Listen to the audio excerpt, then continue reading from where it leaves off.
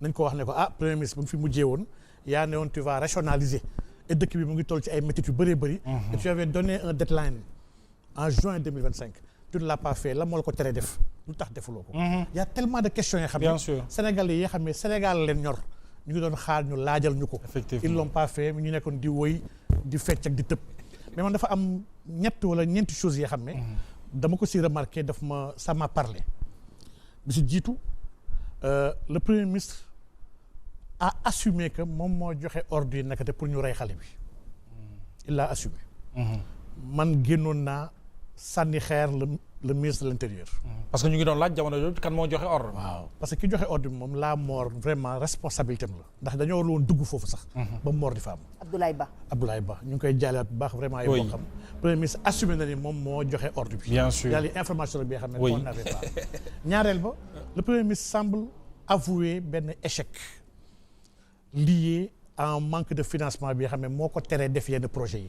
lim na projet yu bëri yoo xam ne nee na su yoroon 7600 milliards yoo xam ne régime bee moo ko teg il aurait pu le faire waaye du ko def ndax yorul xaalis boobu ma koy wax rek ni peut-être ñàkk imagination ak ingéniosité moo ko jàpp waaye y a des leviers sans pour autant loolu créer xaalis boobu pour mën a motal projet yi xam naa nañ si ñëw ci wàllu économie. oui donc c'est une question de vision. de vision kese la.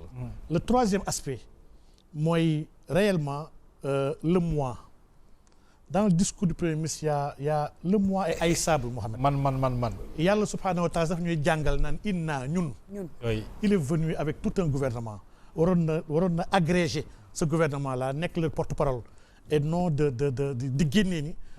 man maay def lii man maay def nangam loolu vraiment jàpp naa ni loolu nasiha la. te yonent moo ñu jàngaloon ni ad diinu nasiha. diina laayante biir kese. mais le quatrième et dernier élément vraiment. et mooy la boucle qui a bouclé la boucle mooy ba mu demee ba fin mu ne léegi man nangu naa dama yàggoon bañ waaye léegi nangu naa man maay le gardien de la révolution oui. j'ai juste envie de poser ban révolution la ñuy wax. ndax dëkk bi y a pas de révolution. révolution amoo fi il y a aucune rupture dans ce pays il y a pas de révolution. dans une révolution on change les bases d'évolution et d'organisation de quelque chose les bases et évolution et organisation du Sénégal n'ont pas changé. wala ñun dañoo xamul luy révolution sax il avoue un échec wax na nee na projet yi du am wax na nee na justice du am lu bëri wax na nee na gëmu ko du am. waaw léegi kon ban révolution kon la ñuy wax sëñ Mohamed moo jàpp ne ay mag. waaw war a moytu caaxaan. te nekk ci li nga xam ne dafay defar te dafay jëriñ dama gëm ni un premier ministre. à tous les leviers je le redis encore une fois wax naa ko waxati ko. il a tous les leviers en main pour mën a changer les choses. xaaruñ ci moom muy casse muy indexé wala muy menacé. luy xaar ci moom mooy mu joxe ay solutions. dalal nit yi ba pare liggéey. vraiment li daal Mohamed. très bien ay seetlu la yoo xam ne. absolument c'est important sur la forme et le fond. oui yoo xam ne qui nous ont vraiment parlé. mbiru Mamatar wax nañu ko ba pare wax dëgg yàlla. absolument mais def nga transition bi. évidemment dañuy basculer ñëw ci wàllu koom économie et puis yéen borom xam-xam yi yu bëri wax ngeen Sénégal benn problème rek la muy problème mu koom instant bi du ma wax fan lañ ko jëlee xam nañu ko mais yan yoon la ñu mën a jaar pour génn ci guute gu nu nekk sur le plan économique en tout cas. bëgg nañ ko xam mais économistes yu bëri dañu ne dina metti 2026 xam naa ñoom Moussa Ba daan ci ñëw am na sax ñuy projeté beaucoup plus loin que 2027 sax dina metti ci sénégalais kon ñun kañ lay neex ak régime. gën a metti na pare de. sëñ Mohamed metti gi de man dama bokk suñu gëm ni. ay tànk kanam la am amul tànk ginnaaw. déedéet kay. et loolu déet bu tiitalaate c'est que soo xoolee réew mi. ni muy doxee xool jafe-jafe yoo xam ne ndax dama koy wax toujours quand on veut évaluer économiquement un pays dafa am trois critères trois méthodes yoo xam ne boo ci jaaree di nga mën a am début de solution bi ci njëkk mooy nga analyser les agrégats. Il y a des agrégats macroéconomiques yoo xam ne qui donnent la situation ak. loolu xam-xam la nag. ñooy joxe comme su doon yaram la. dañuy xool tension bi xool suukar bi xool. c'est que économie tam noonu la économie yaram la. ñooy diagnostiqué. dañuy def diagnostic bi xool leen lu nekk ndax mu ngi place am pour xam ndax kii wér na donc agrégats yooyu boo ko xoolee pour le cas du Sénégal da ngay xam ne Sénégal bougé wul. day xool maa ngi gis gars yi ñu ngi jooy sax ci waxu croissance économique ak. xam naa ne ñoom maa ngi ci ñëw bu baax. donc agrégats yi moom ils sont clairs te man agrégats yi.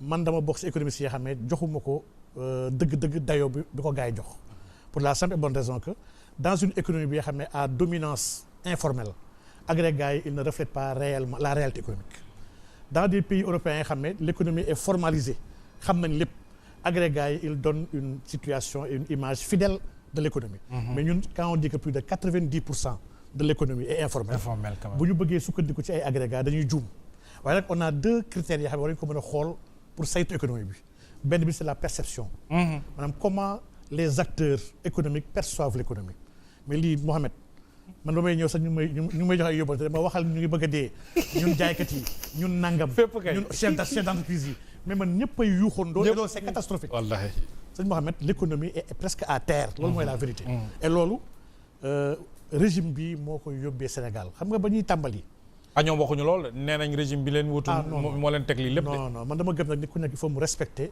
jël responsabilité am régime bi fi jiitu bàyyi na fi ay bor ak ay looxóor bàyyi na fi ay problème c'est une réalité ku ko bëgg dàq tamit tu es de mauvaise foi waaye bàyyi na fi ay teranga régime bi exploité wul gaz exploité wul pétrole ñoom ñooñu fekk fi ay teranga yoo xam ne régime bi yoruñu ko woon donc quand tu hérites d'un solde li ñuy wax solde passif la ak actif il faut l'assumer il faut être gentle daal nga xam ni autant am naa passif waaye am naa actif et tu évolues mais la perception aujourd'hui elle est décourageante en tout cas la majorité des acteurs les ménages les entreprises ñi ñëpp dañoo jaaxle te amuñu seetlu ci fi ñu jëm et lii nii mooy li marché yi tamit wax mën naa joxe ñaari choses yi xam ne rek mooy dëggal loolu eurobond Sénégal yi année bi ñu passé yëpp dafa amoon une décote sur l'ensemble des eurobonds eurobond 2028 eurobond 2031 eurobond 2048 eurobond yëpp y avait des décotes allant des fois jusqu'à 50% maanaam leen li nga xam ne 1 euro lay jar marché yi da ñoom ku nekk pare naa pour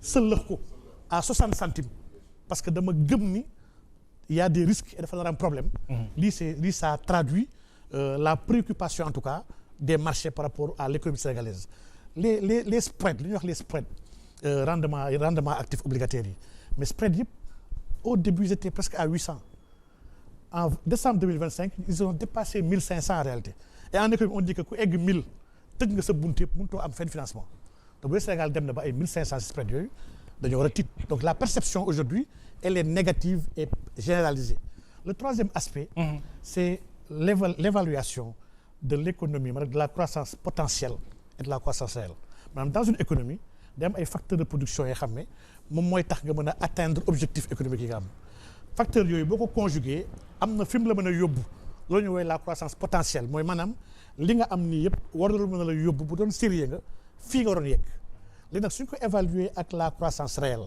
maanaam écart boobu fa ngay xoolee ndax économie bi góorgóorlu na mu ngi dynamique wala économie bi dafa yaafuus économie Sénégal bougé wul di mooy la vérité dafa bougé wul léegi nag bu ñu xoolee économie bii nag gis ni bougé wul ñu xool prévision sax yoo xam ne moom la ñu yor réew mi ñoom am ci économie Sénégal te ñoom seen neneen baaxul kon Mohamed képp ku bëgg a am yaakaar ci réew mi da ngaa rafet njort rek da ngaa rafet njort waaye réew mi